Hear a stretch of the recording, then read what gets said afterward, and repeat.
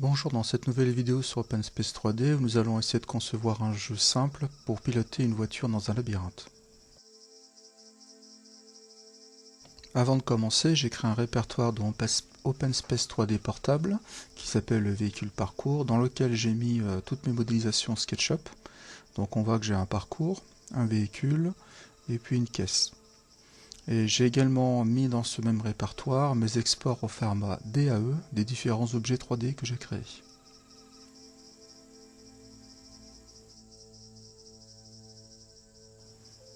Donc là, je viens de lancer OpenSpace 3D et je vais commencer tout de suite par sauvegarder mon fichier vide dans mon répertoire de travail véhicule parcours.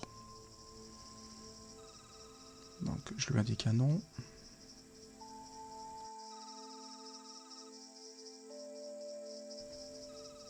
Maintenant, je vais importer mon parcours.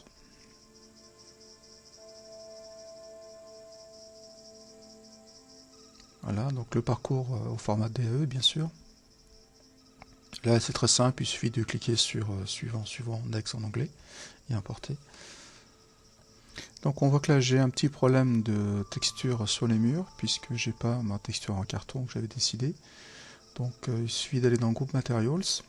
On clique sur le mur, double-clic sur l'objet, et là on va aller dans Diffuse, et on va récupérer notre bonne texture. On fait ouvrir, et on voit que le problème est résolu. Donc je retourne dans l'arbre de scène, et je vais renommer ID20 avec un clic droit, et je vais faire set alias. Je vais donner un nom un peu plus courant, on va dire, parcours. Maintenant, je vais importer les objets suivants, c'est-à-dire le véhicule.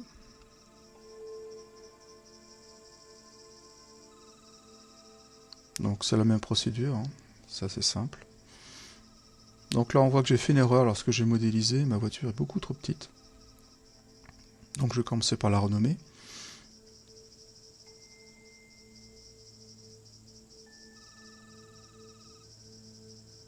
Avec un clic droit, maintenant, je vais faire un scale. Alors, un scale, c'est une mise à l'échelle, en fin de compte. Et je vais l'augmenter de 200%, ce qui va augmenter toutes les dimensions x2. Voilà, c'est déjà un peu mieux comme ça.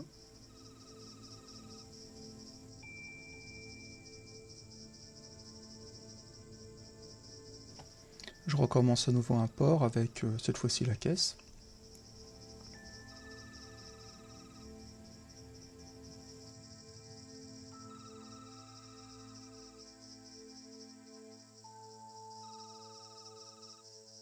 Comme pour les autres éléments de mon jeu, je vais renommer la caisse avec un clic droit set alias. Au passage, on remarque que la caisse est cachée dans la voiture, puisque tous les objets apparaissent au même endroit. Donc je vais la déplacer. Je vais la mettre un petit peu plus loin, voilà. Alors maintenant, on va paramétrer la physique du jeu. On fait un clic droit, Set Physics Settings. On active la physique au démarrage et on va générer les collisions entre les différents objets. Alors la physique là est paramétrée par défaut. Il va falloir maintenant paramétrer avec détail chaque objet. On va commencer par le sol. Donc clic droit, Set Physics sur le sol. Et on va prendre un sol en forme de box, ce qui va nous permettre d'éviter pas mal de bugs au niveau de l'application après. Ensuite, sur la voiture, même principe, clic droit, Set Physics. On va également dire que c'est une box, parce que Collision Tree par défaut, c'est des objets qui ne bougent pas. On va lui mettre une masse, et bien sûr, il faut désactiver, comme vous avez pu le voir, Sleep and Freeze. Même opération sur la boîte. Donc clic droit, Set Physics. On va la mettre sous forme d'une box. Ensuite, on lui indique une masse d'1 kg par exemple, et on désactive Auto Sleep et Freeze. La physique du jeu est paramétrée, maintenant nous allons passer à la programmation. Donc double-clic sur scène. On va piloter notre voiture avec le clavier, donc on fait un clic droit, ensuite on va aller sur Input, Keyboard. Pour faire avancer notre voiture, on va utiliser la touche Z. Donc je sélectionne Z dans le menu. Je déclique ici, j'applique et OK. Maintenant avec un CTRL-C, CTRL-V, je vais dupliquer ma petite brique. Et je vais faire pareil avec la touche S.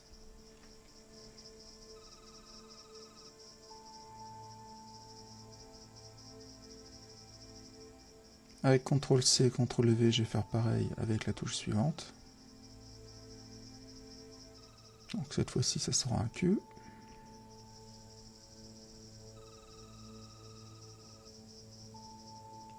De nouveau CTRL-C, CTRL-V. Et cette fois-ci, ce sera pour la lettre D.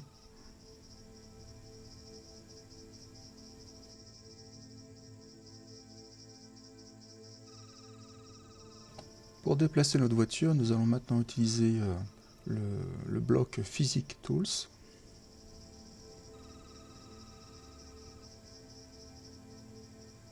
Donc je vais appeler que c'est pour la voiture.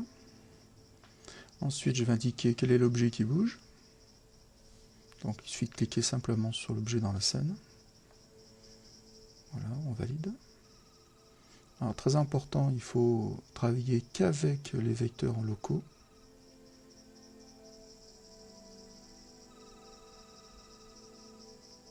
Ensuite, on fait un clic droit, key down, et on va cette fois-ci indiquer une vitesse, donc set velocity. On double-clique sur le petit nœud. On sélectionne les paramètres manuels. Alors notre voiture, on veut la faire avancer et on voit que c'est en fonction de l'axe Y. Donc là, on va indiquer un 2 sur l'axe Y. On fait de même, clic droit, key down, clic droit, velocity. Et cette fois-ci, comme on veut reculer, on indiquera une valeur -2 sur l'axe Y.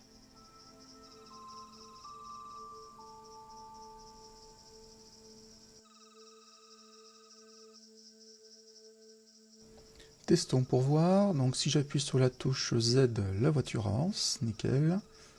Et si j'appuie sur la touche S, elle recule. Au passage, on voit que la caisse a bougé au contact de la voiture. Donc on va faire pareil, clic droit. Et cette fois-ci, on va indiquer oméga. Donc oméga, c'est une rotation. Alors la rotation, elle va se faire suivant l'axe Z, hein, puisque c'est l'axe vertical. Et puis je vais mettre la valeur 2. Donc je fais pareil sur la lettre D. Donc clic droit, si j'appuie sur la touche key down, j'indique un oméga, donc une vitesse angulaire. Et cette fois-ci, je vais indiquer -2 pour tourner dans l'autre sens.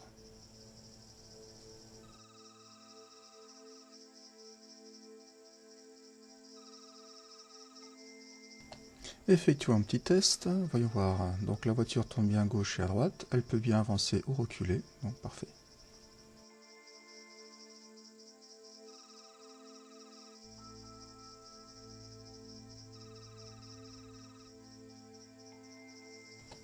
Alors nous allons rajouter plusieurs caisses. Donc il suffit de faire un simple clic droit clone et on déplace et on voit que la caisse a été dupliquée. On peut s'amuser à le faire plusieurs fois. Donc clic droit. Ah, faut que j'aligne un peu mieux. Donc clic droit clone. Je prends Z et je monte. Et ainsi de suite.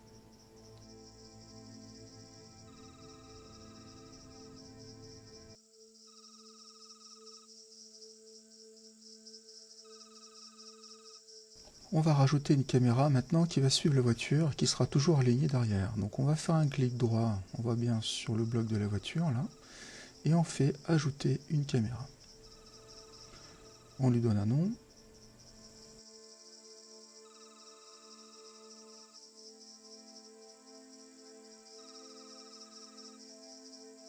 Voilà, la caméra a été créée. Maintenant on va la déplacer de telle façon à ce qu'on puisse voir la voiture, hein, parce que là dans la voiture c'est un peu trop près. Donc on va s'éloigner un petit peu en vertical, un petit peu vers l'arrière, et ensuite on va lui donner un angle de telle façon que la voiture soit prise ou soit mise en valeur, on va dire. Donc là alors je regarde bien dans la fenêtre en bas à droite hein, pour voir ce que ça va donner. Voilà, c'est pas mal là.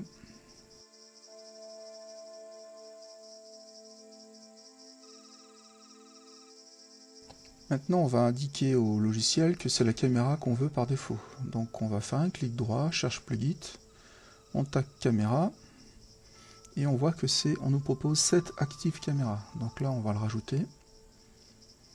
Quelle est la caméra qu'on veut? Celle qui est liée à la voiture. Caméra voiture. OK. On va l'activer dès le départ. Enable on init. Appliquer. OK. On ferme notre boîte. On teste. Donc on voit que la caméra qui s'affiche par défaut, c'est celle qui est liée à la voiture. Et lorsque la voiture se déplace, la caméra suit maintenant le mouvement.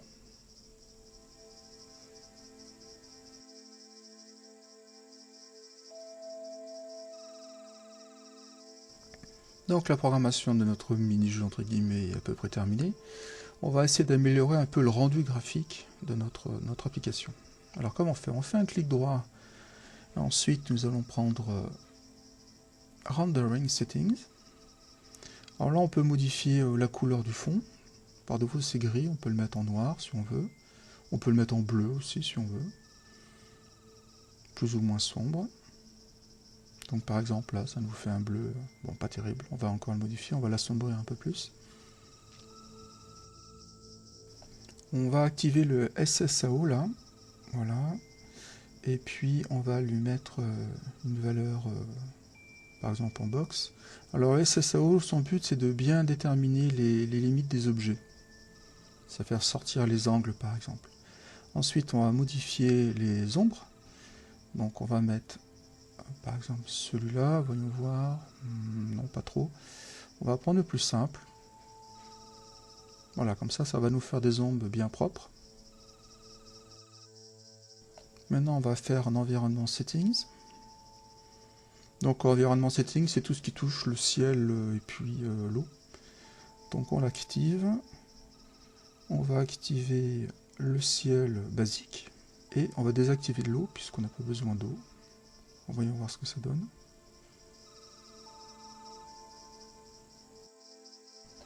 Testons un peu tout ça pour voir. Donc là on voit que le rendu est un peu plus sympathique puisqu'il y a des ombres.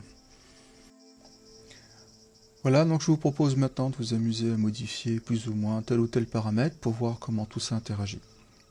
Au plaisir, au revoir.